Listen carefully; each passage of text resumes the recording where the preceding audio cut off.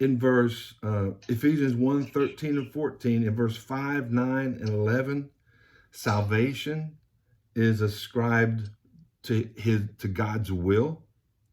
In verse 6 and 7, it is ascribed to his grace. In verse 7, salvation is ascribed to his blood. In verse 4, salvation is ascribed to his love.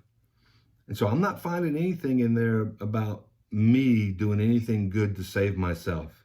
Right. In verse 9, salvation is ascribed to his good intention. It was God's intention, not mine. I was lost, spiritually dead, running around doing everything and anything I wanted to do. But verse 9, it was his intention.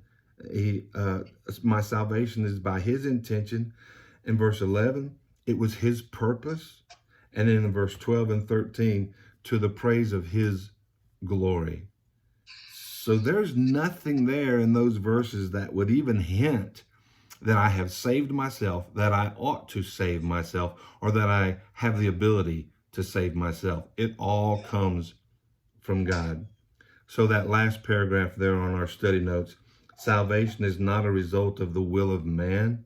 It is not a result of the merit of man. It's not a result of some religious sacrifices or activities. Salvation is not a result of our good intentions. I'm going to be a good person. See, it's not like that. Salvation is not a result of the purpose of man, and it's not a result, or it does result in the praise of God and not men. So anybody who's claiming to have saved themselves by being good or appears to be drawing attention to themselves, man, they have missed what the Bible teaches in the book of Ephesians.